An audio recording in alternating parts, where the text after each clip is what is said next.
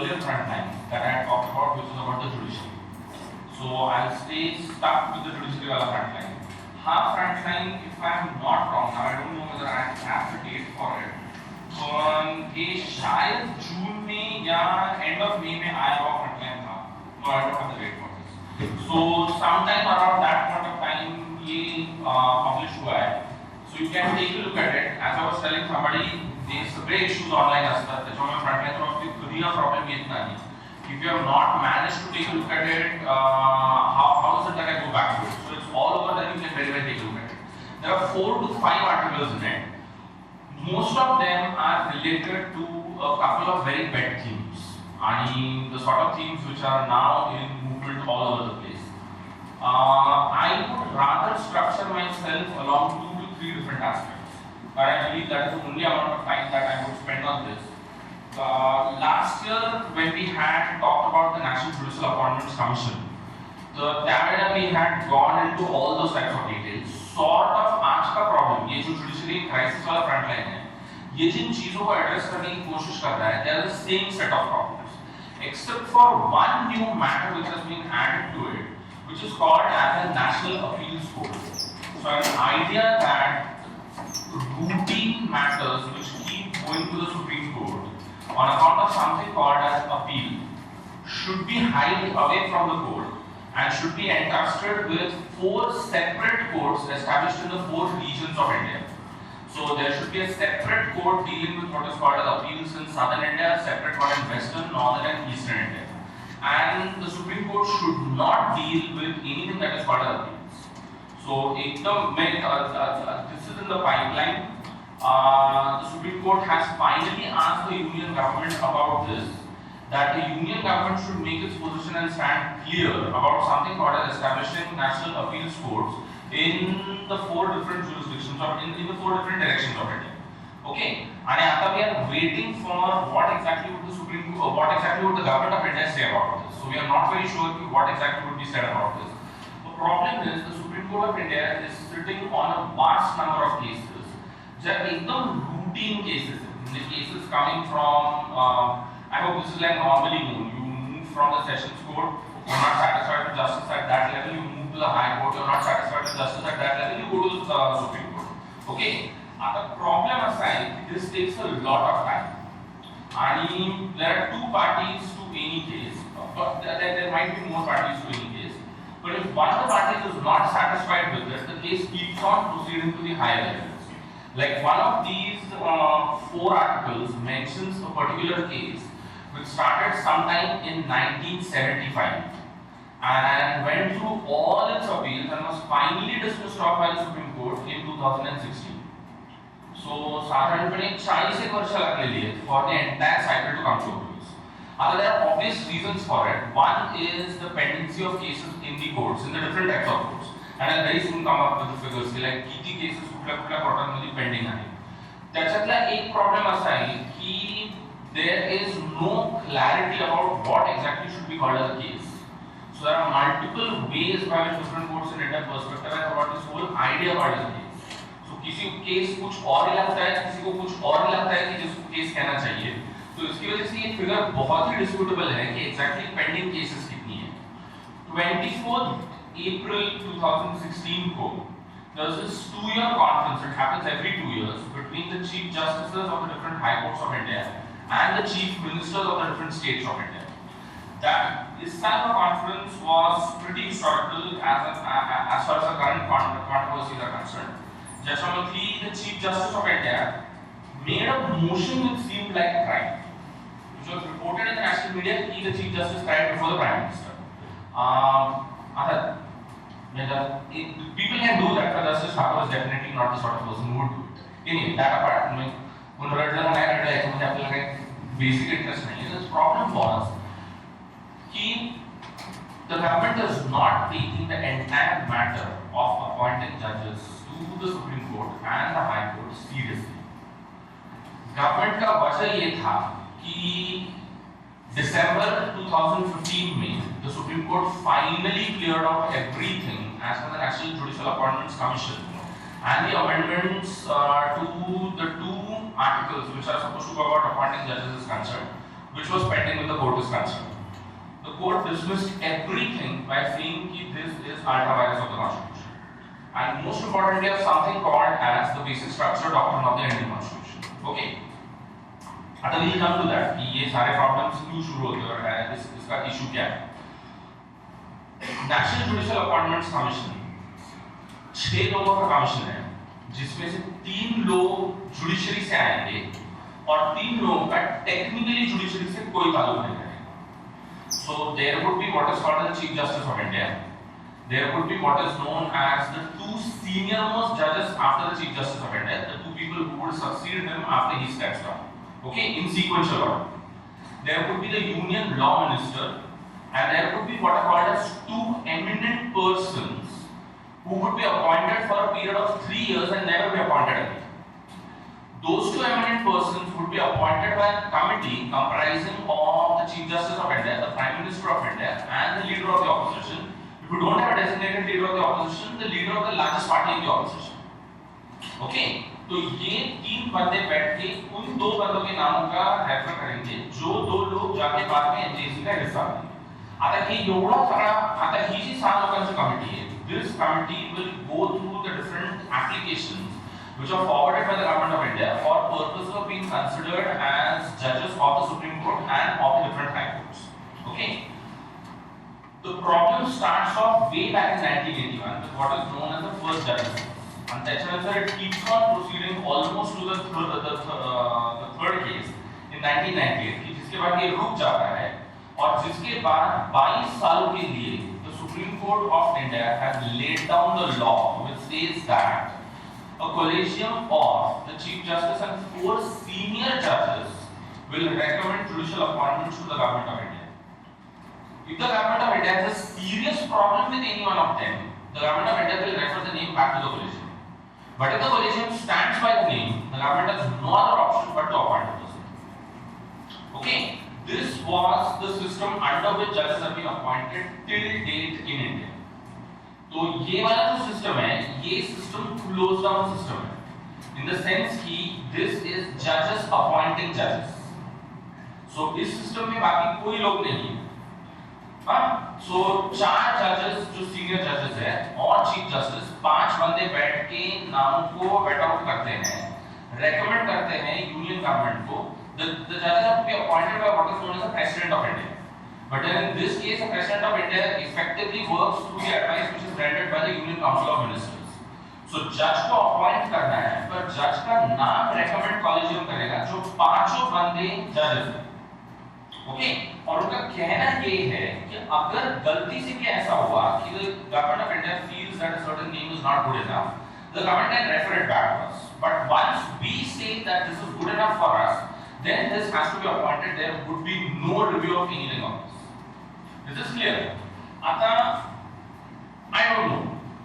But we are living in strange times. If you look at, say for example, just the last 6 to 7 months, in terms of Supreme Court क्या कर रहा है, and this is just a very episodic sort of, I do agree this is a cherry picked sort of activity, but let me do it. Air pollution बढ़ रहा है in places like Delhi. The Supreme Court mandates that 15-year-old diesel vehicles should be banned. Okay, the Supreme Court, by doing this, on at least in the face of it, ensures what is called as the quality of air that you breathe. Okay, B.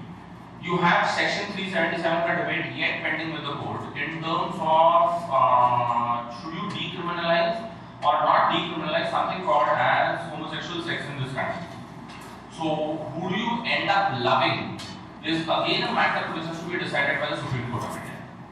I hope people are well aware of the Urta Punjab controversy, in the case of which it's not the Supreme Court, it's the Bombay High Court, which rendered a judgment in terms of कि ठीक है, हमको नहीं लगता इस film में कोई problem है, इसको रिलीज करना चाहिए और लोगों ने इसको देखना चाहिए, except for one scene in which Mr. Shahid Kapoor is urinating somewhere or the other. Okay, the Supreme Court decides in terms of what films do you see. Then you have a Madras High Court judgment in the Berman Morgan case, in which the High Court judgment ends up on a great flourish, at the end of which it says that if you read that sentence, it's almost like an order by the court, Mr. Morgan, please please right now, हमने आपसे कहा है कि लिखो, आपके खिलाफ जितने भी लोगों को प्रॉब्लम था उनके सारे सूट्स हमने डिसमिस ऑफ कर दिए, now you right. So the higher judiciary in India decides on the quality of air you breathe. The Bombay High Court is yet sitting with a batch of petitions which are related to the beef ban which was brought in by the Frontline government.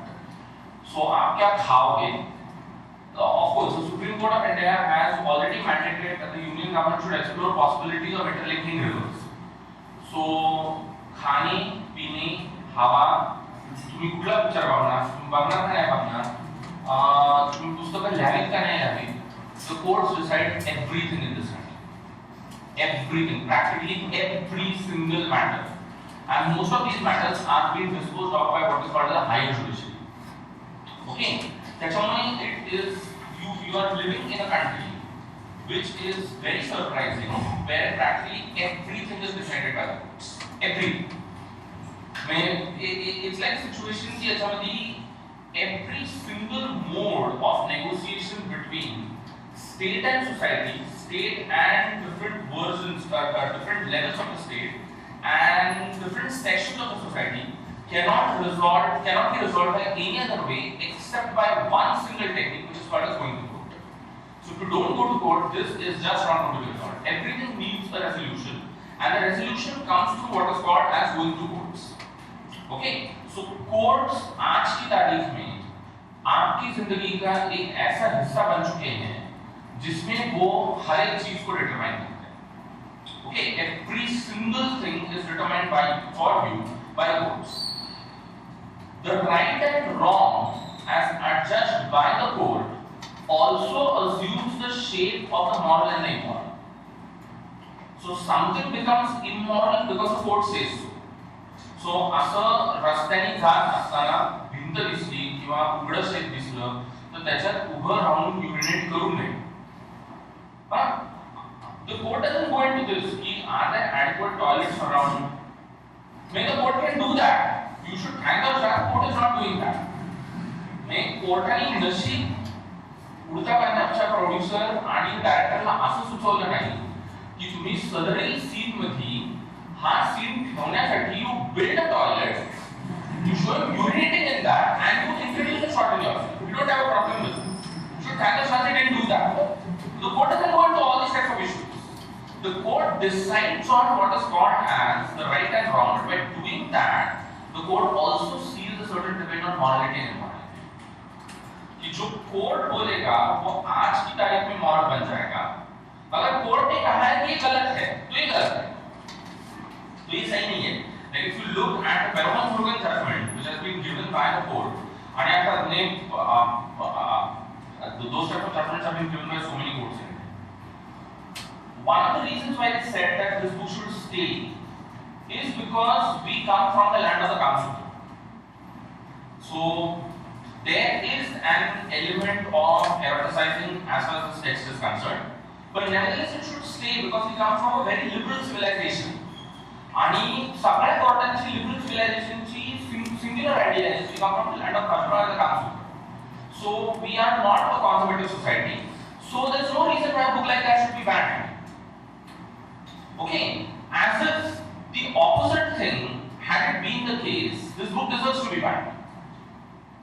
मैं had you not come from, अगर आपके देश में कामसूत्र और खजुराहो नहीं हुए होते तो शायद कोर्ट का कहना ये है कि ये चीजें नहीं चलती. ये आपके देश में है इसलिए हम ये कह रहे हैं कि नहीं ये चलना चाहिए. तो कोर्ट ये डिसाइड करता है कि क्या मॉरल है, क्या इमोरल है, क्या सही है, क्या गलत है. आपने किस किस्म का खाना खाना चाहिए, आपने किस किस्म की हवा आपके शरीर के अंदर लेनी चाहिए, everything is decided by the court. The court now becomes that decisive thing, but every level at which the court keeps on becoming decisive is also a level which is very clearly demonstrative of the fact politics has broken down in this country. Trust between state and society, between the different states, the different constituents of the state system, and between different sections of the society has completely broken down. There is just no way by which this can be remedied. The only way of remedying things is by going to court. Okay, so living in a completely brilliant and hilarious sort of situation. A, B. To some extent, as usually, is a mixed bag. and let's be very clear about it. They are mixed bag. There are cases ki judgeamati they would take decisions which are liberal, and there are cases ki judgeamati the sort of decisions that they would be taking are completely conservative. Problem एक है कि अगर court ने decision लिया है तो उसके बाद उसका कुछ नहीं किया जा सकता है except what the government of India is doing in the HAC case.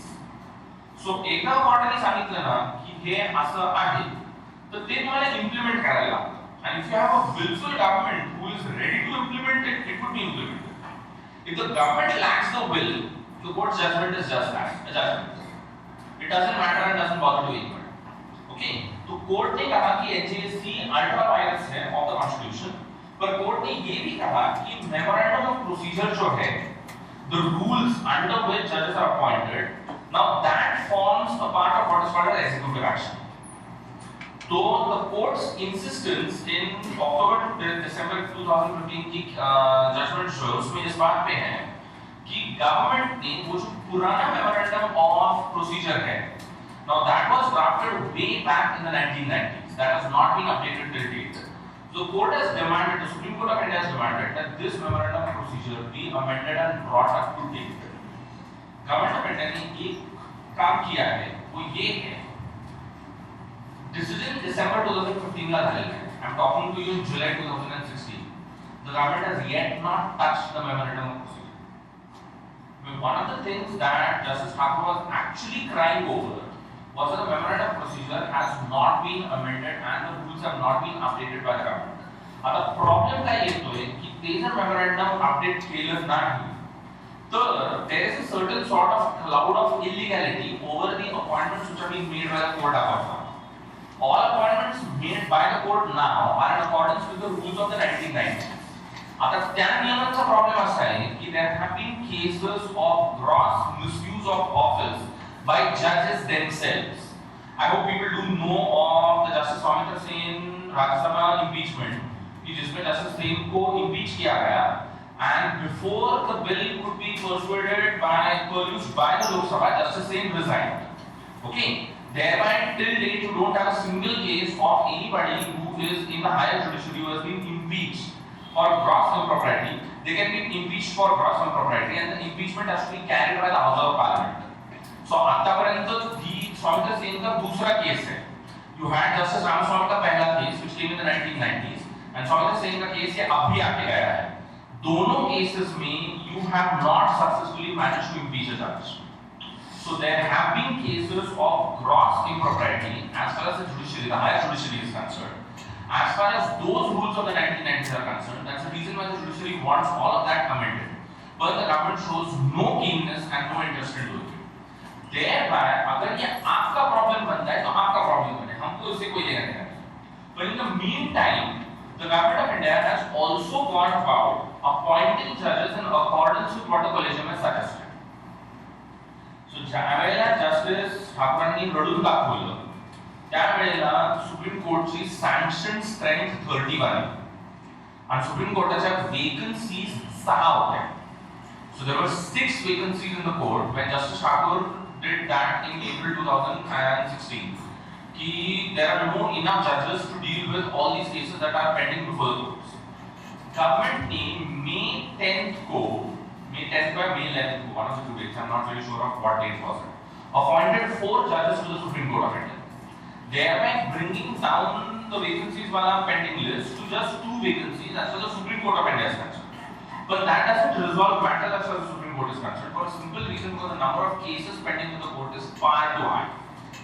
Okay, आणि त्याच्यातल्या 30 cases are what are called as the cases which the court should deal with, because they require what is called as the appointment of constitutional bench. So that cases, technically, if you look at Supreme Courts across the world, they do not deal with the sort of matters that the Indian Supreme Court deals with. When technically Supreme Courts are supposed to be the highest courts of the land and deal with very exclusive matters, especially in federal systems. They deal with issues which are related to the federal government and issues which are related between the different federating units. They don't deal with anything else beyond that. The American Supreme Court तर अत्यंत महासोडा Supreme Court आहे, the Federal Supreme Court of the United States, की ज्या वर्षाला फक्त 210 cases घेते आणि 210 case संपल्याच्या नंतर ते शासनाला असं सांगतं की आता याच्या पुढे ह्या वर्षासाठी इतके केस नाही, आता पुढचे जे केसेस आहेत ते पुढच्या वर्षी. त्याच्यामुळे तुमचा मॅटर जर प्रेसिंग असेल, you wait for year, we are not to tell. Okay, but in our case, the courts keep on accepting cases upon cases, do not work upon them for a long period of time, and it can't be worked if you look at the amount of work that is supposed to be doing. And that sthiti, the only way by which this can be resolved is by appointing judges.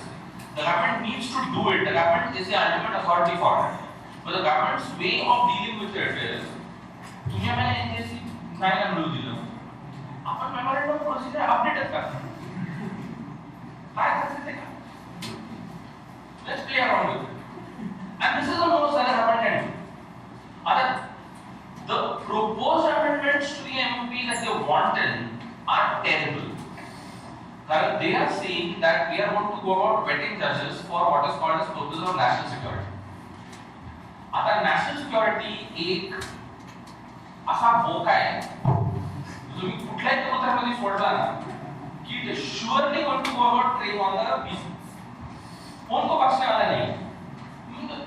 National security, I hope this is like clear. All of these are undefined terms. Like even in the NJSC, the court's problem was, who are the eminents that we are talking about? हे जे दोन eminents तुम्ही म्हणताय ना, हे exactly कोण आहे? आता if these two eminents that you are proposing to bring into this appointments commission are people who do not have sufficient understanding of the law, are they technically in a position to vet what are called as judicial appointments?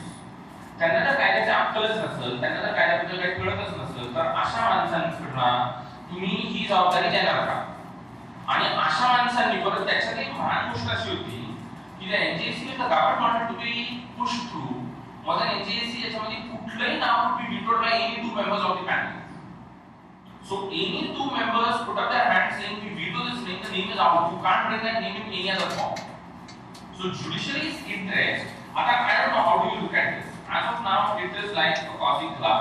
The government is trying to make all efforts to create an impression that the judiciary is sort of a closed down club which caters to only its interests and is not bothered about anything else. Worst, October मध्ये ज्याला NJSC judgment आलं, there are 5 judges who delivered that judgment because this was supposed to be a constitutional issue. Justice Chelmeshwar was the only person who struck a dissenting note saying that NJSC can stand in an amended form.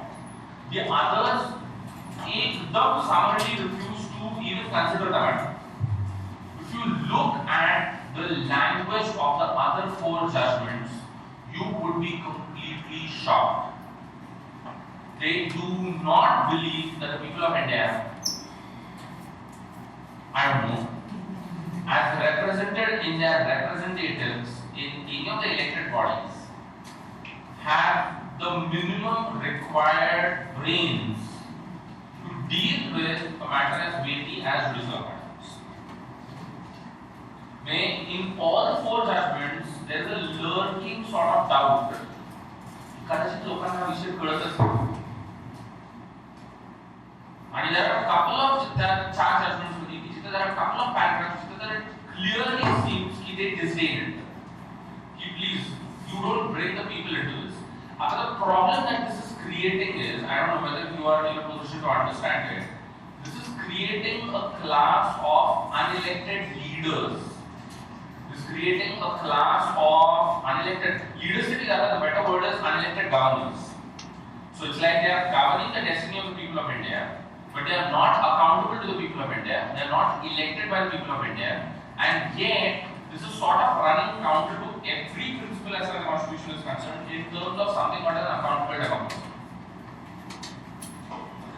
अच्छा, वो लोग जानते हैं कि ये problem है. ये actually बहुत बड़ा इशू है कि जुडिशरी अपॉइंट नहीं होता है, जुडिशरी किसी भी कंडीशन में इलेक्ट नहीं होता है. वो अपने ड्यू टाइम तक they sit in their chairs until and unless they don't die. They are not physically or mentally incapacitated and they are not impeached. So जोपर्यंत ती काही घडत नाही तोपर्यंत तिथं बसून राहणार. त्यांचा तारीख ठरलेली त्या तारखेपर्यंत तिथं बसणार. त्यांचं ज्या दिवशी काम संपणार त्या दिवशी ते निघून जाणार. Okay, and the second big problem that we're dealing with, of course, that comes with a very interesting dynamic altogether in it. If the lower courts punish somebody with something called as a death sentence, it has been observed in 95% of the cases, the higher courts will refuse to carry the death sentence. So 95% cases मध्ये lower courts नी जर तुम्हाला death sentence award केला असेल आणि तुम्ही जर appeal मध्ये गेले तर 95% cases मध्ये higher court तुम्हाला suspended verdict देणार. It is going to almost abrogate that death sentence. It will push you into something like life imprisonment or something of that type. But it will definitely not uphold something called as a death sentence. Okay. Now I don't know how many of you were there when we have talked about the death sentence in quite detail in our earlier frontline, but I would just make a reference to that. Death sentence judgments in India are extremely capricious. They depend on who the presiding judge is. So, दुर्दैवाने जर का एखादा असा जज असेल की जो personally आणि in his own private disposition is extremely conservative and believes that for a particular crime death is the only one way by which the crime can be deterred in the future, तो तुम तो टंगोगे ये तो तय है. अगर तुम्हारा नसीब अच्छा है and if you have a judge who is quite liberal in his disposition and believes that awarding the death sentence is no way by which you can deter a similar crime in the future, you would possibly go on something called a life. So ये death sentence in India is a lottery and lottery निकालता है judge. अच्छा ये death sentence के बारे में ज़्यादा तफसील में स्टडी किया गया है, पर ये बाकी सारे केसेस में इक्वली रेलेवेंट है. So it ultimately boils down. Now the funny part is judges are trained. You don't become a judge because your father was a judge. And that is not the way by which it happens. You have to be trained as a judge. So they law school ला जायला लागतं, degree घ्यायला लागते, मग ते licenses घ्यायला लागतात, मग you start doing things. Okay? आता हा problem अनेकदा रेज अप केला गेलेला आहे की people have been trained. Minimum करायला पाहिजे, like you put somebody through a certain type of training. The product that you get at the end of it is similar. Soldier or officer of the Indian Army go through something called as a process of training. At the end of the training, are indistinguishable from each other. बात सही है ना? जज के बारे में ऐसा नहीं होता है. सिलेबस कॉमन है, ट्रेनिंग का प्रोसीजर सेम है. आपको क्या करना पड़ता है to reach up to this level, इसका एक uniform procedure across the union implemented है. तो फिर how does this happen that one जज will say that no he shouldn't have and the second जज will say no it's good that they have. सो ये difference कहां से आता है? आप लॉ इंप्लीमेंट कर रहे हो, लॉ तो कॉमन है, सही बात है, उसका प्रोसीजर कॉमन है, सब कुछ लेट डाउन है, तो how does this difference step in? You won't find an Indian army soldier और ऑफिसर डूइंग दैट ना. इंडियन आर्मी या आर्मी का ऑफिसर या soldier in a given procedure, if he doesn't behave according to the laid down procedure, can actually be court martialed for disobedience in the line of duty. पर एक जज बोलता है कि नहीं हैंग करो, दूसरा जज आगे जाके बोलता है नहीं नहीं कोई जरूरत नहीं हैंग करने की, भेज दो उसको 14 साल के लिए अंदर डाल दो. तो अगर दोनों में इतना डायकोटोमी है तो one of them should be penalized for something called as disobedience in the line of duty. Nobody is penalized. Both go happily home.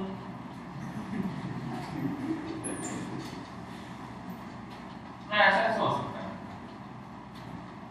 There is a lot of space for what is called as caprice. The caprice stems in precisely because this is a colonial system, which in our case was brought up by the British. They evolved it over almost centuries. This was definitely not perfect. Okay, and everyone knows that this, even at this point of time when I'm talking to you, is not perfect. It's an evolutionary process. There's no perfection in this. त्यामुळे तुमच्यापैकी ज्यांना असं वाटतं की आपल्या बाबतीत काही जरी चुकीचं झालं तर आपण कसं कोर्टात गेलं पाहिजे आणि न्याय मिळवला पाहिजे, जर असं काही नाही तुम्ही आता जायचं आहे 6 महिन्यांनी गेले तरी ती कदाचित फार फरक पडणार नाही. ओके, किंवा कधी असं होऊ शकतं की खूप मोठा फरक पडणार. पण दुर्दैवाने if you are being hung up by that, it makes no difference. So you're dealing with a situation where there's a lot of campus in the system. Okay, B. The British system as it evolved in Britain, as it evolved in India, was about a perpetual search for what is called a separation of powers and a maintenance of balance. Okay, the British system which started in England, I don't know whether this is understandable. We cannot be talking about anything called as an Indian system of the judiciary. Current in the present context of the judiciary, there is no Indian system. ही जे काही आहे ही एक English system आहे. ती colonial times मध्ये आली.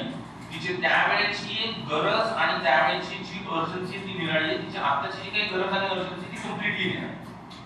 So at that point of time, it was supposed to uphold the interest of the trading East India Company and its trade, exploit for resources, guarantee its profit. Okay, आज की तारीख में उसका ऐसा कोई purpose नहीं है और उसका ऐसा कोई आदेश नहीं है. Its sole purpose is to implement the constitution and to see to it that the law laid down by the constitution is upheld across the union. त्याच्या पलीकडे तिला काही करायचं नाही. So या दोन completely तिचे purposes diverge झालेले, but the system is the same.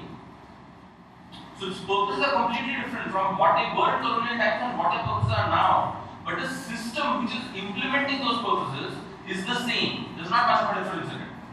Okay, A. Separation of powers was a classical British view. In the 11th century, when the United Kingdom started its career as the United Kingdom, you had an idea that the crown is also the fount of justice. So crown legislator भी है, राजा राज भी करता है, राज करने के लिए कानून भी बनाता है और कानून का इम्प्लीमेंटेशन भी राजा करता है. So तीनों चीजों का एक तरह से sole authority किंग है. आता in a normal situation this doesn't create a problem. It creates a problem where the crown is one of the parties to a perpetrated case of injustice. In normal perfect system में this should not be a problematic issue. The king legislates, the king adjudicates, and the king executes. No issue. The problem is what happens when the king is a party to one of the cases. So in that sort of situation, would you prefer a case against you? And if you are preferring a case against you, would justice be done? The idea is the powers have to be separated. They can't be coalesced together. Okay? I don't know how much of this is known for sure. In the Supreme Court of India, the largest litigant in most of the cases is the government of India. As a reason why the Supreme Court of India is dead obsessed with what is called as perfect independence of the judiciary, completely unsullied by executive action. So court की ये चाहत है कि ये independence जो है perfect होना चाहिए और तब तक परफेक्ट नहीं होगा जब तक आप जुडिशरी को एग्जीक्यूटिव से अलग नहीं होगे. Interestingly enough, the Modi government, Mukul Rogi, who is the attorney general, took a position in the court by saying that judicial independence starts when the judge is appointed. The Supreme Court's position is appointed judge whose appointment as a vitiation on account of executive action will never be independent after being appointed. So Supreme Court का मानना ये है judicial independence starts even before the judge is appointed. The government of India's position is कि judicial independence starts once the judge is appointed. No one knows how to deal with this. So this goes back to that old problem of how do you separate the powers? How do you maintain the equilibrium? Okay. दूसरा classical problem ये है हमारी case में.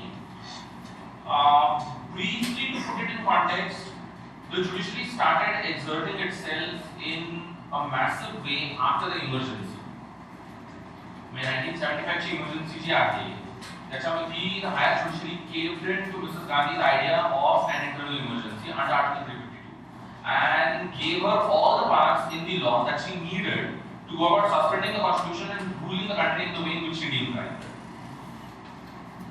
77 ला emergency गेल्याच्या नंतर आणि Mrs Gandhi सत्तेतनं उतरल्याच्या नंतर the higher judiciary, especially the Supreme Court, underwent some sort of deep sense of remorse की हे आपल्याकडनं एक खूपच मोठं पातक झालेलं आहे आणि त्याच्यामुळे हे दुरुस्त करणं खूप गरजेचं आहे.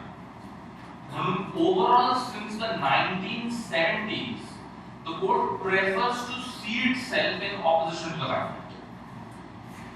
78 मध्ये the first PIs were filed in the court and त्यावेळेसपासून the court has started meddling into issues. I don't know whether that's a wrong word because it has been used by practically everybody. Meddling into issues. ज्याला खूप चांगल्याने शब्द वापरलेले judicial ओव्हररीच आहे, judicial ऍक्टिव्हिझम आहे, but there are equally a large number of people on both sides of the judiciary who feel that it's a meddling in issues. Okay, तुम्ही त्याला judicial ऍक्टिव्हिझम म्हणा, ओव्हररीच म्हणा, पण you cannot keep it away that this is meddling into issues which were strictly speaking not in its domain. Okay, court कायदे करतं. I hope this is known that the judgments of the Supreme Court of India enjoy the power of law in the absence of a law made by the Union Parliament. So on a particular matter, if you don't have a law which is available, but if you have a judgment of the Supreme Court of India, the judgment will be law until and unless the court judgment is not turned or upturned, either ways by the Parliament of India. The classical case is sexual violence against women in the workplace वाला case, जिसमें pressure guidelines जो court ने issue किए वो तब तक law का format में थे जब तक union parliament did not turn this into law. Okay, so त्या ठिकाणी द कोर्ट लेजिस्लेट्स. आता legislation belongs to parliament.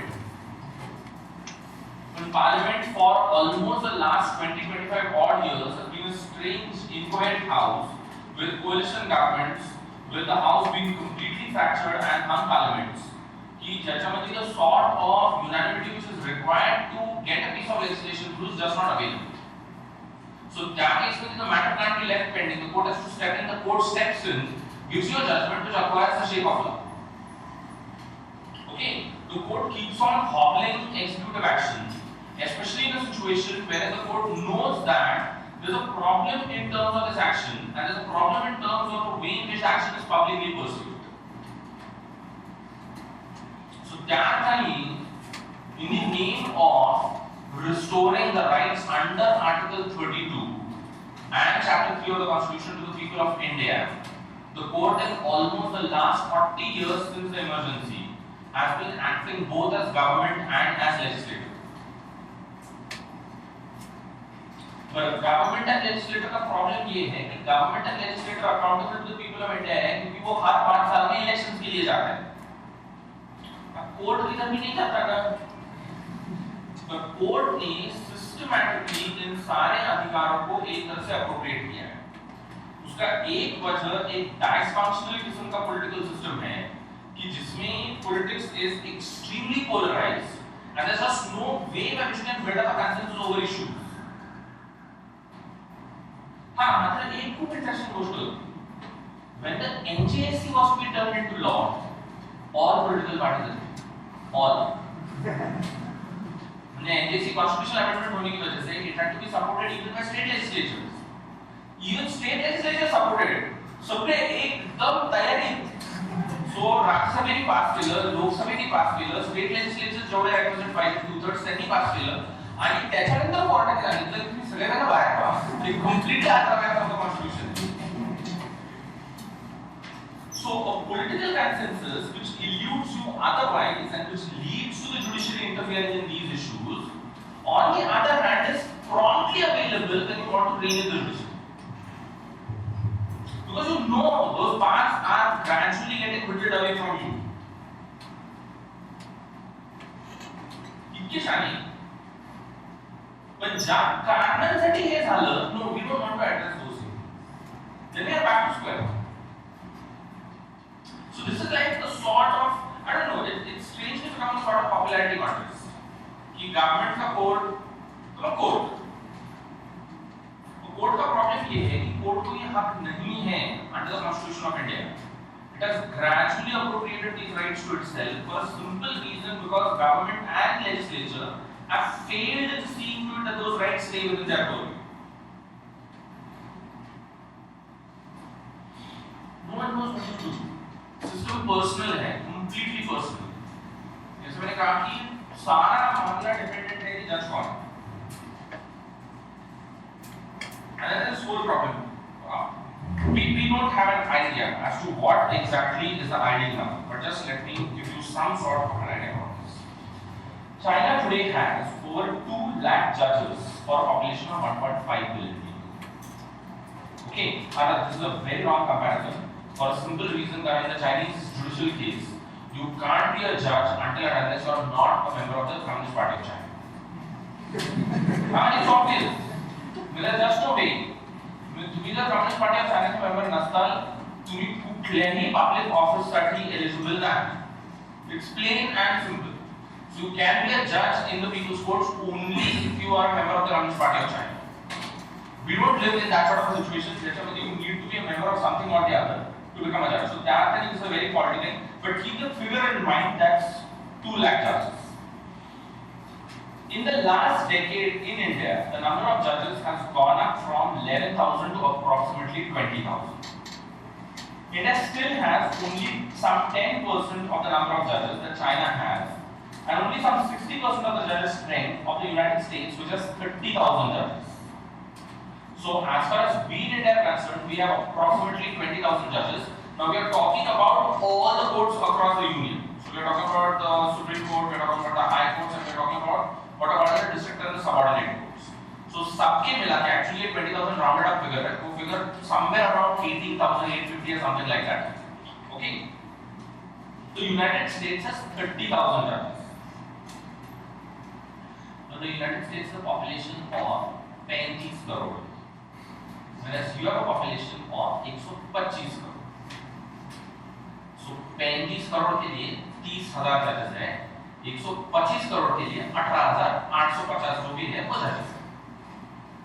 Hope this difference is like well understood as to what is it that we are talking about over here. And the Americans have a very different judicial system, very different. So every state has a Supreme Court, and then there's what is called the Federal Supreme Court. And American Federal Supreme Court कुठल्याही cases अशा prefer करणार नाही की ज्या साधारणपणे Indian Supreme court कधीच नाही म्हणणार. सांगितलं ना की अहो ते आमच्या घराच्या मागे ना लय मोठी पेटी आहे ते ना दुरुस्तच करत नाही. तर ते काय आहे ना माझे फंडामेंटल राइट्स आहे ना उल्लंघन होतं. American Supreme Court will tell you get lost. Indian Supreme Court will tell you की हा हे ठीक आहे अजून 4 लोक भेटतात का पद्धती असे समजले. Minute you all you have got to say is this is violative of my fundamental rights. They are very happy. They are absolutely happy. They come out to them. But if you go to the American Federal Supreme Court, it will throw you out. It will say, "ये हमारा मामला नहीं है, why are you this to us? The matter is to be preferred by your Supreme Court. Don't bring this to us." It's only weighty matters which concern the federal constitution that the Federal Supreme Court will sit in judgment over. So when you're talking about these numbers, I hope that is very clear, like what exactly is the population that we are talking about. But दुसरी सगळ्यात महत्त्वाची गोष्ट अशी आहे आणि जो एक खूप जुना आणि मोठा क्रायसिस आहे, the Indian Supreme Court has almost sort of become a court of appeal for cases coming from North India. Total cases जो Supreme Court के पास जाते हैं उसमें से सबसे ज्यादा cases that is 10% come from the union territory of Delhi, whereas 1.4% cases emanate from the state of Tamil Nadu. So if you are looking at cases coming to the Supreme Court of India, 10%, which is the largest number of cases, are coming from just one single place, which is called the Union Territory of Delhi. और Delhi NCR और इसके exact opposite and पे तमिलनाडु है, जिसमें से supreme court जाने वाले cases की संख्या जस्ट 1.4% है. But in most cases, for somebody who feels that he has been wronged by the Madras High Court, which would very soon become the Chennai High Court, the problem is traveling to Delhi is out of question. Delhi जवळ नाही है, क्योंकि दिल्ली कधी आपल्या नाही लागलं supreme court. 10% cases cases come from the Delhi territory, 6.2 come from the High Court of Punjab and Haryana, 6.2 come from the state of Uttarakhand. So Delhi Supreme Court is strongly dominated by cases coming from North India for a simple reason, because for defendants and plaintiffs who feel that justice has not been done by their high courts or by the subordinate courts to them, it is easier traveling to Delhi. So all that road wala network है ना, Ganga Expressway, Yamuna Expressway, highway, so so that somebody from Tamil Nadu can't think of that. You go to Tamil Nadu, you are from Karnataka. Karnataka, Tamil Nadu have the least cases going to the Supreme Court of India. For a simple reason, because geographically this is at a distance. It involves money and time. In terms of pleading your case before the Supreme Court, if you feel that your High Court hasn't done enough justice to you, कैसे करेंगे? तो supreme court almost supreme court of Delhi बन चुका है। इसके ऊपर लोगों ने ये कहा है कि आपने ना सुप्रीम कोर्ट का एक अलग बेंच हैदराबाद में बना, which the Supreme Court of India is dead opposed to, dead. It strictly refuses it, throws it out by saying कि over a dead body ये बिल्कुल नहीं हो। The integrity of the court would be maintained at all costs. The Supreme Court of India will never have a separate bench. कि मग ज्याच्यावरती कायद्यातील जाणकारांची आता असं म्हणणे आहे की आपण तसं करायचं नाही ना, मग तुम्ही एक काम करा. You establish 4 separate courts for appeal in the 4 directions of India, and end of this matter of appeals. Do not prefer appeals coming from anyone. Once the national appeal courts adjust on your case, the case would be deemed to be complete. उसके बाद वो किसी court में नहीं जाएगा। तो आप national appeal court create करो, चारों दिशाओं में क्रिएट करो, सारी केसेस जो अपील में जा रही हैं उन केसेस को वहां पे डिस्पोज ऑफ कर दो, and say in the law that this is the last court of appeal, no more appeals beyond this.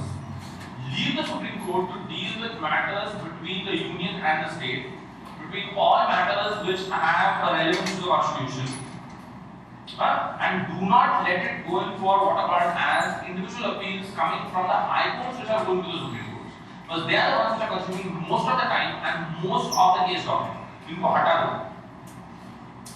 तो त्याच्यावर एक कॉमन गोष्ट अशी फायनली त्यांनी असं म्हटलंय की युनियन गव्हर्नमेंटने आम्हाला सांगायला गेलं डायरेक्ट चालू होतं, त्याच्याबद्दल त्यांचं मत काय, which means that they are ready to consider the matter. Okay, but ready to consider the matter चा अर्थ इथं बिलकुल असा होत नाही की it would be accepted. याच्यामध्ये वेगवेगळ्या लोकांचे वेगवेगळ्या प्रकारचे पॉलिटिक्स इन्व्हॉल्व्ड. युनियन गव्हर्नमेंट अशा 4 कोर्टांना परवानगी देईल याच्याबद्दल तुम्ही मला खूप स्ट्रॉंग डाऊट आहे, कारण in most of the cases where my case is against the Union of India, the union would prefer the case to be disposed of. जर असं होत असेल की माझी केस युनियन ऑफ इंडिया थोडा nuclear reactor, we are fishermen community, this is about the National Nuclear Power Corporation of India. Okay, case union government का है, union government को क्या पड़ी है कि एक और अपील कोर्ट नीचे बना दो. Okay, you are fishermen, you feel your livelihood and its security could be impacted by what the union is doing. The court upholds it by saying this is important from the national security perspective. My case is dismissed off.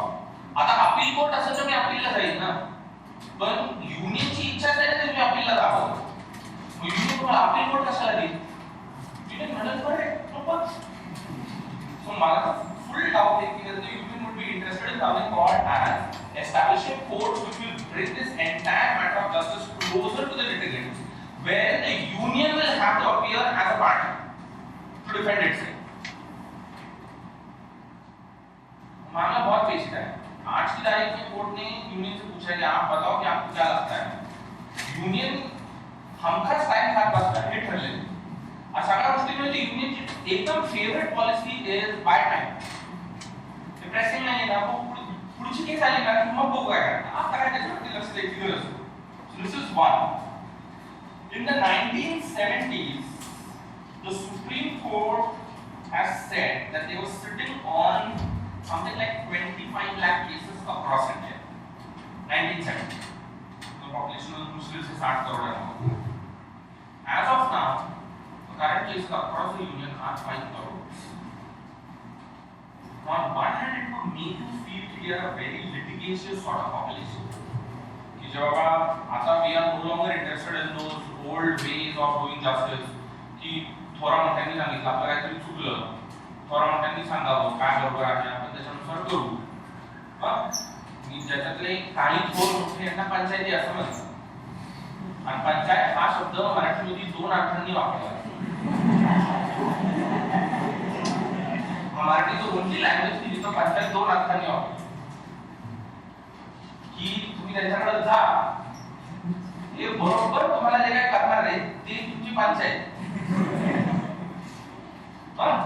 So we don't want to do that. Now what is the current thing across the union is like I feel my rights have been abridged, I need to go to court and settle it.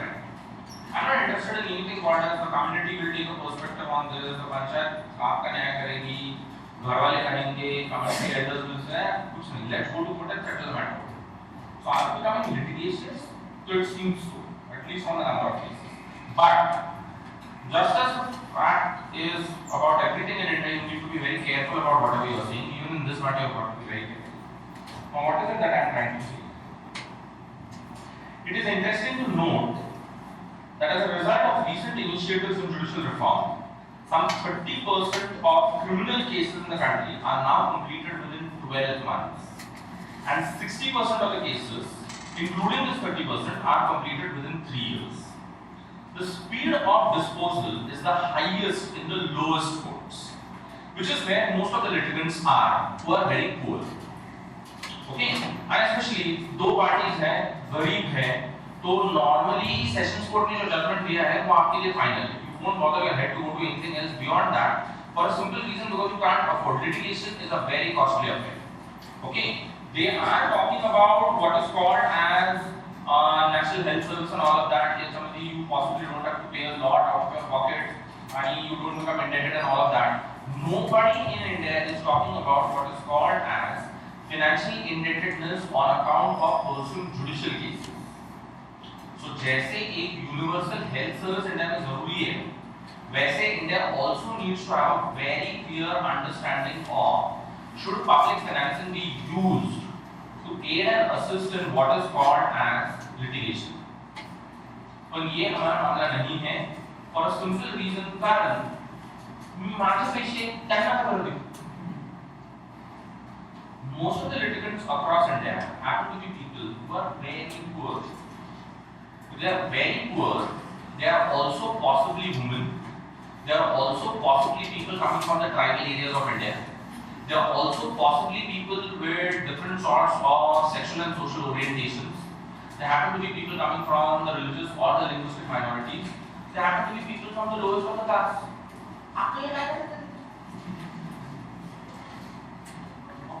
Public financing for health is understandable. Public financing for judicial cases. But that itself should tell you this as clearly as possible.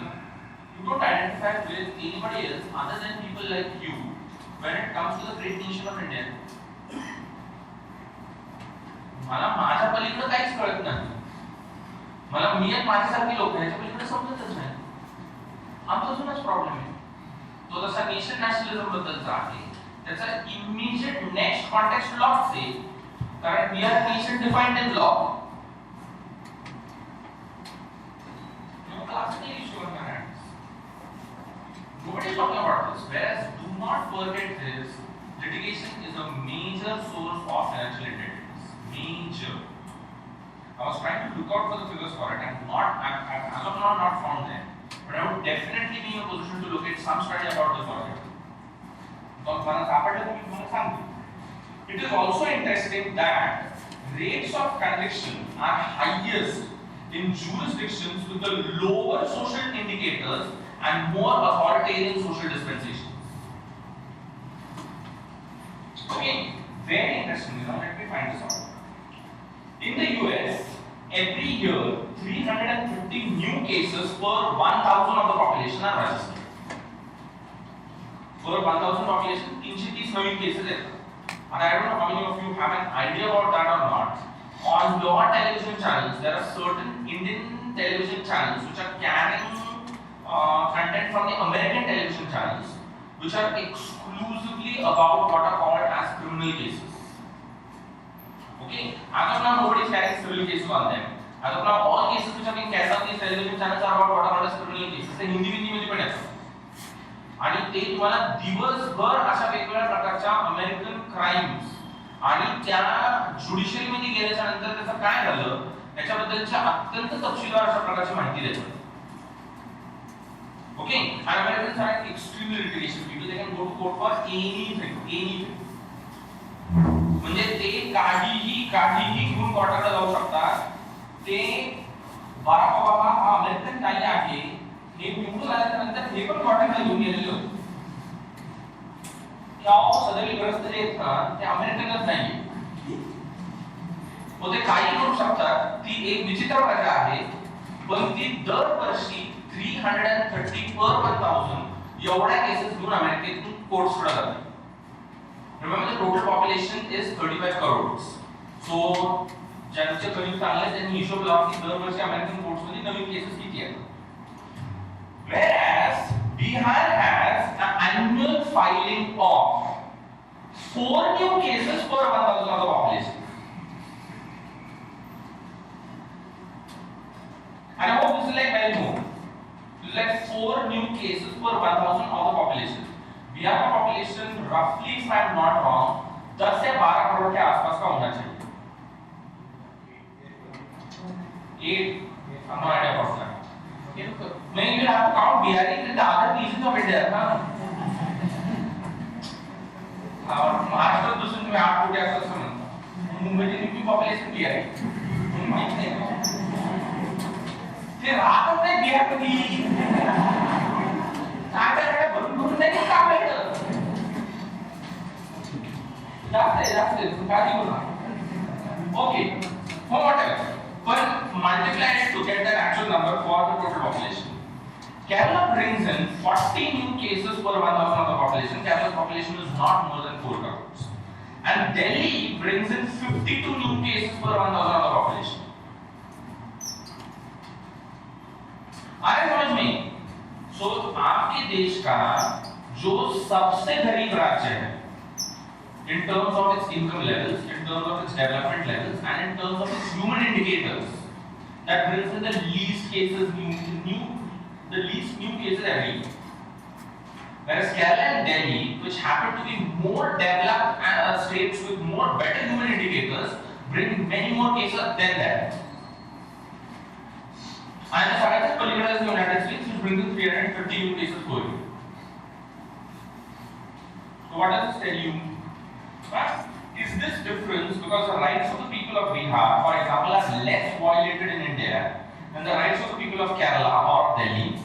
Or is this because there is greater social approval and support for common people taking recourse to courts to protect their rights?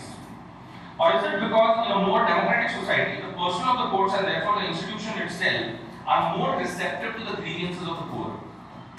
So exactly क्यों हो रहा है? I don't know. You can go back home and ask this home. I think 1 generation or 2 generations before what you people were. मतलब Marathi saying which said that शाळेने कोर्टाची पायरी कधीही सोडून नाही. कधी नाही कधी नाही. त्याच्यात काही करावं पण कोर्टाच्या नादाला लावावं. त्याचं एक कारण हेच कोर्ट काय बोलतं हे आपल्याला कळत नाही. ते काय व्यवहार करतात ते आपल्याला कळत नाही. दुसरं त्याच्यात आपल्या ओळखीचं कोणीच नाही. त्यामुळे आपण कितीतरी प्रेमाने तिथं गेलो तरी की आपल्याला न्याय मिळणार आहे असं वाटणार नाही. In most of the Hindi speaking states, especially if you happen to come from the lowest section of society, you would identify the court as a place where somebody takes you. You don't go there. हम नहीं चाहते हैं कोई हमको लेके जाता है. So is this a place where justice is done? No. Okay, I don't know. I just had one sample for you, and I just read it. It's like a very unique case. This is about the criminal defamation case which was disposed of by the Supreme Court of India very recently. ज्याच्यामध्ये अरविंद केजरीवाल, राहुल गांधी आणि सुब्रमण्यम स्वामी तिघ जण एकत्रितपणे dependent होते. तिघही and they were all on the same platform की criminal defamation of speech should be abolished. The court said no. Okay. The judgment is delivered by Justice Deepak Mishra, who after Justice Thakur I think is the second in line to become the next Chief Justice of the Indian Supreme Court. The judgment is 268 pages long, running to 198 imposing paragraphs. And this is its first paragraph. And I quote from the judgment. And hear carefully. This batch of writ petitions preferred under Article 32 of the Constitution of India exposits cavil in its quintessential conceptuality and percipient discord between the venerated and exalted right of freedom of speech and the expression of an individual, exploring manifold and multi-layered, limitless, unbounded and unfettered spectrums and the controls, restrictions and constrictions under the assumed power of reasonableness ingrained in the statutory provisions related to the criminal law to revive and uphold one's reputation. This is the first paragraph. This is the first sentence of the first paragraph.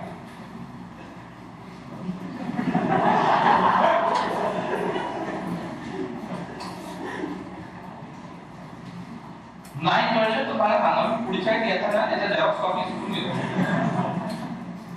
आणि जितके दिवस लागतील तितके दिवस तुम्हाला लागू द्या. कळलं की मला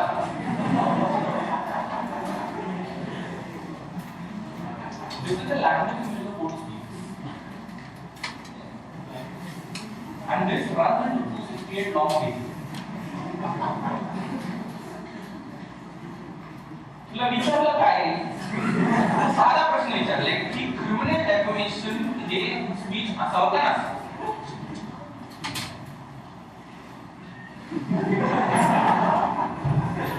आणि हे बरं आहे, हे सिरियसली बरं आहे. मग I have a whole collection of Supreme Court cases and their judgments which are ये कम से कम incomprehensible है, वो unreadable. Unreadable. And in the Supreme Court judges mind you well. As you start descending in the hierarchy and go down, you come across judgments which are like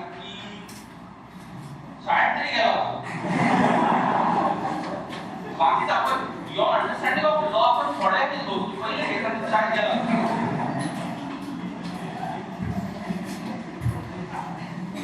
ये incomprehensible है, इसका problem बाकी कुछ नहीं है.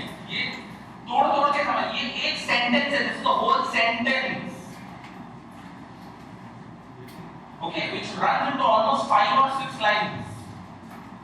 तर सामान्य माणसाने कसं आहे सांगा की ज्याचं डेली इन्कम $2 पेक्षा कमी आहे अशा माणसाने कसं जायचं याच्याकडे. And the parliament is encroaching on this. And I have funny. So I don't know. But you have problems galore. At all levels. Judiciary possibly operates in a completely different universe and world of its own. Which is not bad in a way. It is supposed to do that. But on account of that, it has lost complete touch with what is called as reality on the ground. The worst problem is, it most of the time has a very patronizing, condescending, and very controversial attitude with the largest number of people who approach it. तो जो लोग सबसे ज्यादा संख्या में आपके पास आ रहे हैं, आपका उनकी तरफ देखने का रवैया, एटीट्यूड जो है, वो बहुत पैट्रोनाइजिंग है. Most of the time adversarial है. 50% पेक्षा तुम्ही रिसर्च कारण काढून कुठे टाक आणि काय करायचं पैसे कोण देणार मग. मी हे रोज चालवतो म्हणून बोलले तर खायला मिळतं काढून टाकते. We are not worried about that.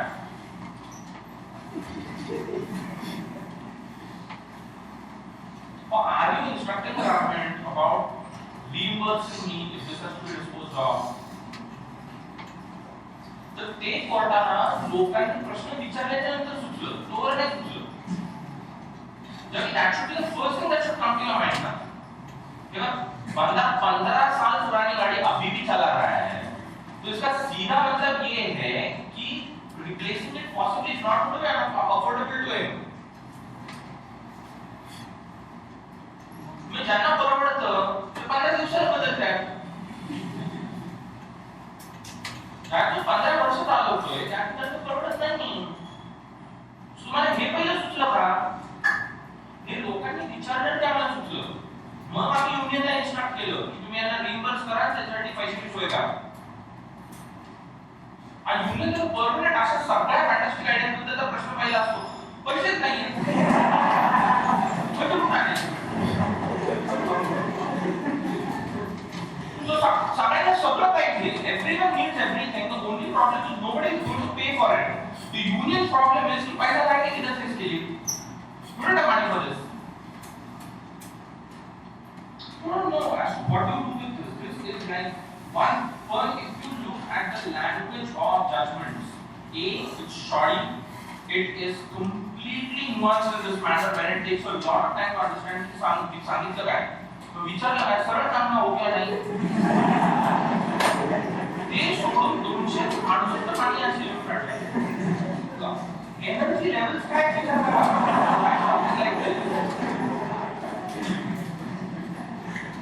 म्हणून तुम्हाला सांगितलं होतं रामकृष्ण महाराजांनी की तुम्ही इंग्रजी शिकायला जात नाही.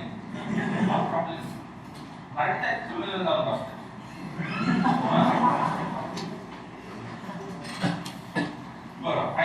This is another very interesting.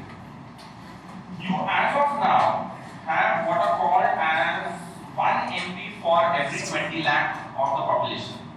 Of course, there are certain constituencies की जर्नी मेंटेन नहीं होगा. So classical case, the Marcusbury constituency in Hyderabad doesn't go by this. It has much larger number of voters.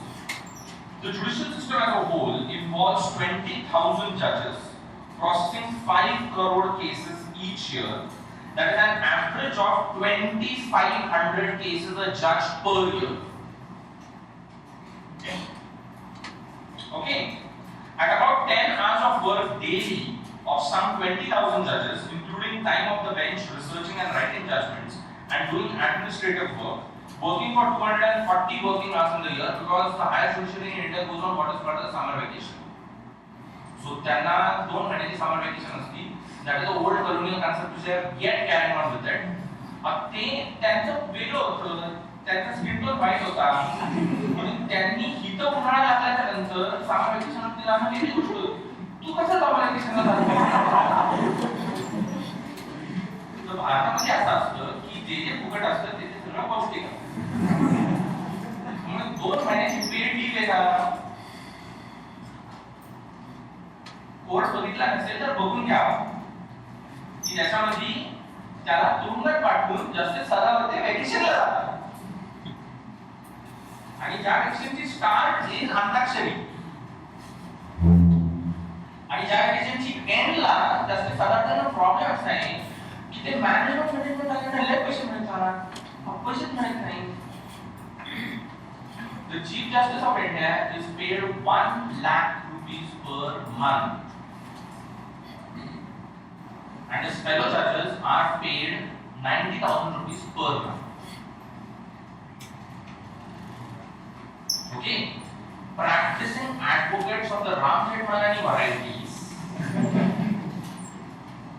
can charge you something like 20 lakh rupees for a 30-minute appearance in court.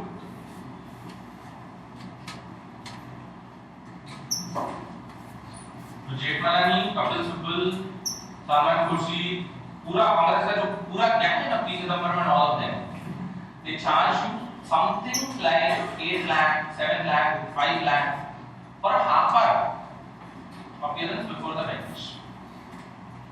The Chief Justice takes home 1 lakh rupees per month.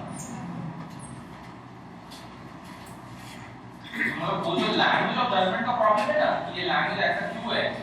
उसका सीधा वजह ये है, if you are more into what is called a strategy, if you have more brains, you would rather be on the bar than be on the bench. And being on the bar pays you more. But be on the bench. Be on the bench और है 1 लाख रुपए महीने ला. नहीं शायद समोर में रुपए रह लेना 8 लाख रुपए दूंगा. काय फरक पडून एक माणसाने. Simple है. So gross and property, this is clear. Complete Malan, 93 years of age. आणि सध्या RJD राष्ट्रीय जनता दलाचे राज्यसभेतील खासदार RJD गेल्या हंगामापर्यंत he was BJP member of parliament. Party with the difference भारतातील सर्वात तत्वनिष्ठ पार्टी 1200 वर्षात धारणेने त्याने केली. या हंगामाला RJD ला गेला. येतं का लक्षात? 8 आणि 16 लाख त्याच्या खाली साहेब बोलतच नाही. आणि चीफ जस्टिस 1 लाख घेऊन घरी जातात दर महिन्यात. सोचो बहुत ज्यादा सोचो.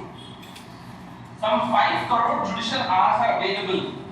2,500 cases per judge is what they are handling every year. So they feel that they are close to a situation where they are almost breaking down. There is no way by which you can take this any longer. You have it right there in front of you. So I don't know as to how you do this. Okay, A, B. Let's think of this. इसके बारे में सोचना बहुत जरूरी है कि चल क्या रहा है यहाँ पे, कौन किसको कानून सिखा रहा है और कौन जो कानून के बारे में बातें कर रहा है. This is one. Yes, this has been done. Okay, district and subordinate courts across India have an approved strength of something like 20,000 and as of now they have a vacancy of 4,998. 21.8 million cases are pending before the district and subordinate courts. Okay, 58% of these have been pending for 2 years or more. Jabki you have the higher judiciary, which is like now very clear about this. If for God's sake, do not leave any matters pending for more than 5 years. आणि असे सगळे मामले जे 5 वर्ष किंवा त्याच्यापेक्षा जास्त pending आहेत, please dispose them off at the earliest. Don't leave them hanging around for a long period of time. Whereas even after that, they have been clearing cases, but even after that they have a problem on their hands that they are just not able to get this done, even as of now. Okay, you get information regarding the total number of cases pending across all the courts of India in a quarterly which is published by the Supreme Court of India, which is known as Court News. So her quarter, which is like every 3 months, the Supreme Court of India publishes this document called as Court News. My figures come from its last publication, last edition. 59,910 cases are pending in the Supreme Court. 40,05,704 cases are pending in the different high courts, and 2,71,56,020 cases are pending in the district and subordinate courts. Okay, which is a total of 3.1 crore pending cases across the Union of India. As of now, when we are talking about this, over the last 12 months, the Supreme Court has disposed of 87,846 cases. Remember, its pending cases, as this one reports, is 59,000, whereas what it has gone about disposing of is 89,000. So, ये बीच वाला जो gap है are the new cases which are getting into the court. Okay, the high courts have disposed of 16,87,000 cases, and the district and subordinate courts have disposed of 1,86,00,000 cases. So it's not a case कि जैसे you have cumulative pending happening over the years. They are also disposing of cases. But if you are disposing of these many number of cases, you can very well imagine कि quality of judgment क्या है. कितनी सारी चीजों की तरफ तवज्जो दी जा रही है. So it's obvious कि मला हे सुचणारच नाही है, जोपर्यंत माणूस सुचवणार नाही है. चाहो तो 15 वर्षाची गाडी चालवत असेल ना, त्याला परवडत नाही म्हणून तो 15 वर्षाची गाडी चालवतो.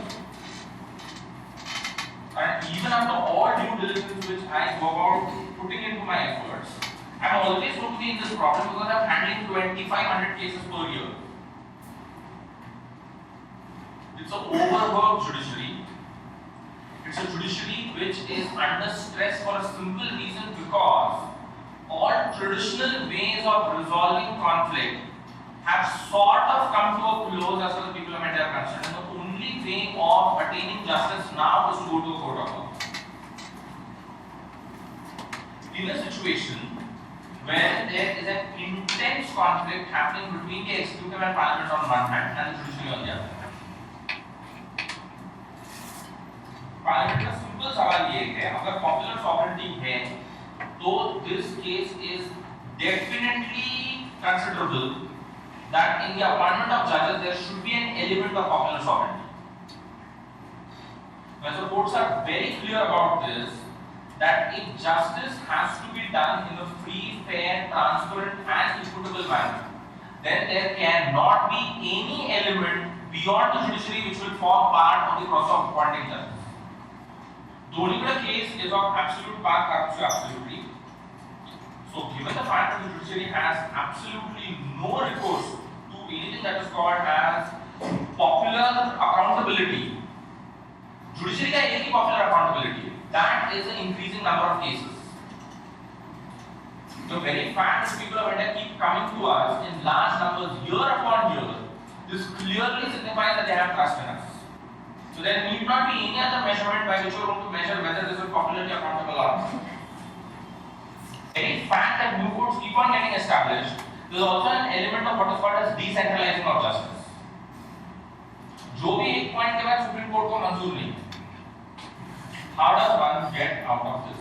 I have no idea about this. I have absolutely no idea. So how long are we supposed to? In a country which has very low levels of literacy, legal literacy का भूल ही जाओ. In a situation where the government is deeply interested in seeing to it that there are certain things which you should not know. When classical Subramanian Swami was called in some place, I don't know where, I think Lucknow में UPSC को बुलाया था to talk on freedom of expression and articulation and everything. बोल रहा था कि विषय बात. उन्होंने बोलते यार आणि बोलल्यानंतर he started his speech by saying that the constitution says there are reasonable restrictions on free speech. That the constitution says that there is free speech nahi, that there are reasonable restrictions on free speech. And Swami understands law. मैं स्वामी लोकांना छळतो याच्यासाठी काय त्याला मारायला पडतो. येते का लक्षात? So you don't know how should you move out of this. The law is indispensable. That's exactly the point that Justice Thakur used.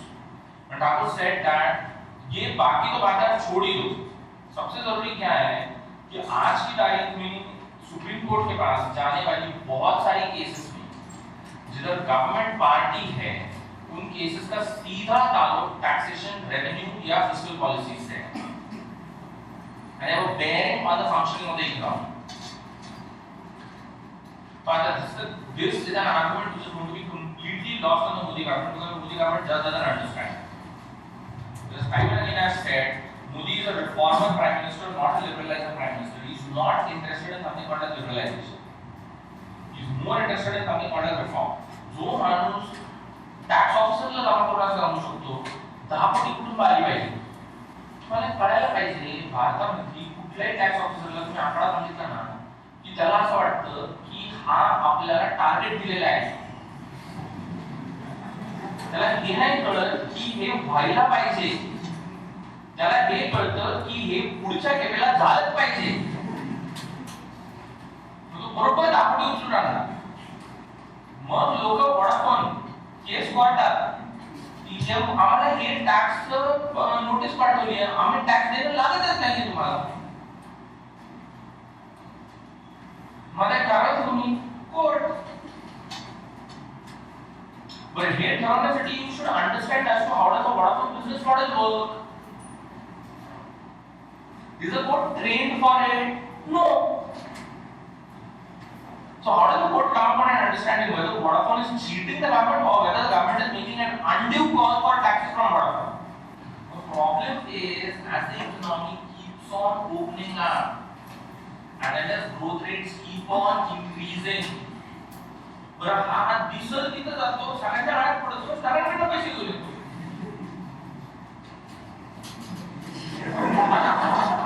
आता ते ठेवीचं म्हणत नाही, मला मी काय केलं, मला मी तुरडाळ, मला मी काय नाही. Between 2003 to 2014, 13-14, a rough period of 10 years. The total amount of money which was invested in India from outside India was approximately $500 billion. Approximately in the same decadal period, the total amount of money that left India in terms of profits to be remunerated, remittances, royalty fees, other kushti, was $525 billion. Approximately 500 आले, approximately 525 गेले. याला ease of doing business म्हणतात. तो investment करायला काय government म्हणून नाही आलेला. तो फायदा होणार तो इन्व्हेस्टमेंट कशाला करणार? पण हा होणार फायदा ड्यू आहे, अनड्यू आहे, चुकीचा आहे, कायद्याच्या कॉन्सिक्वेन्स मध्ये आहे का नाही हे ठरवायचं कुणी? Court.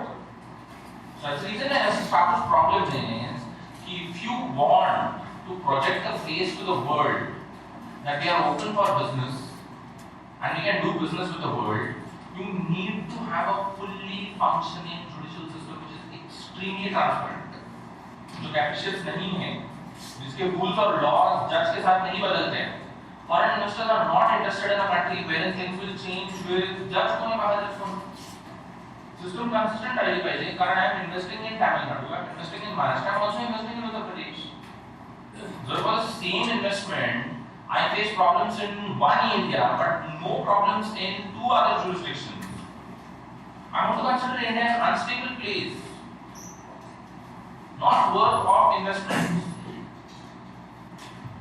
So that's the problem. Judiciary understanding. Justice Thakur might have an evolved understanding as to how does the economy work in a market format, but that is not true of the other judges.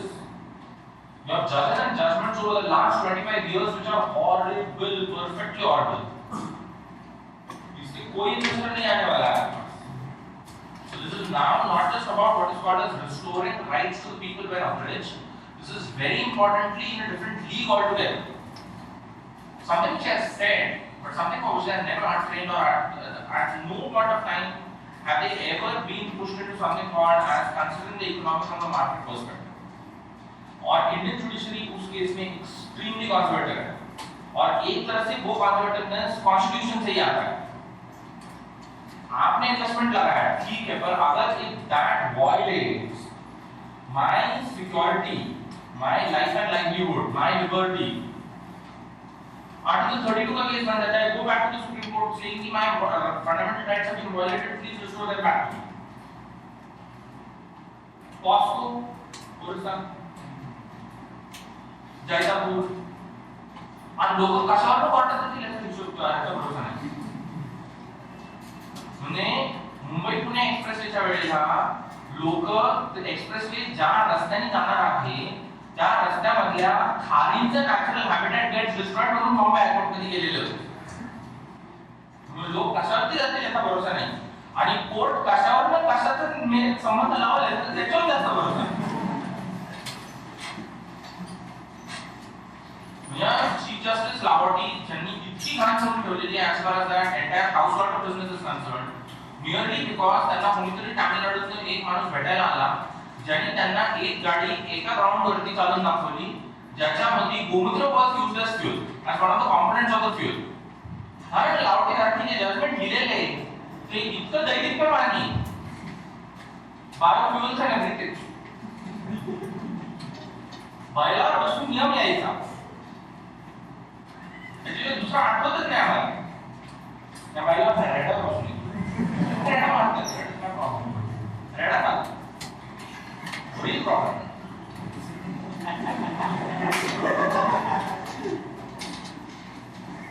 When you have funny things happening on your hand, consistency बिल्कुल ही नहीं है. अगर system में consistency और consistency नहीं है, this is akin to what is called as either rule by judges or something which over a period of time can almost turn into what is called as tyranny by judges. काय करायचं सांग. I have no idea. This is my submission. We have a problem on our hands for sure. If judicial independence has to be retained, then definitely the executive cannot have a preponderant interest in appointing them. This classical case was the way in which Indira Gandhi appointed judges of the Supreme Court during and before the emergency. वो वाला case है ना leads you to a situation, perfect situation, wherein the judges have no option but to toe the government's line. आणि यांना ती स्वप्न पडलेली त्यांचा प्रॉब्लेम फक्त एवढाच आहे, you don't understand this, that individual judges might be open to what is called as the government's lures and temptations. The judiciary as an institution is individual judges आता पण आहेत तुम्हाला हायकोर्टात आहेत, सुप्रीम कोर्टात आहेत, जे तुम्हाला तयार आहेत to give you a judgment in accordance with what the BJP government wants. Problem is the judiciary as an institution is not ready to play ball. क्योंकि उसने पोस्ट 75 खुद के लिए जो अक्वायर किया है वो किसी भी सिचुएशन में इसको बार्गेन नहीं करना चाहती. सो इंडिविजुअल जजेस आपको मिल जाएगा. जस्टिस सालासिम Kerala high court, Kerala governor house का ना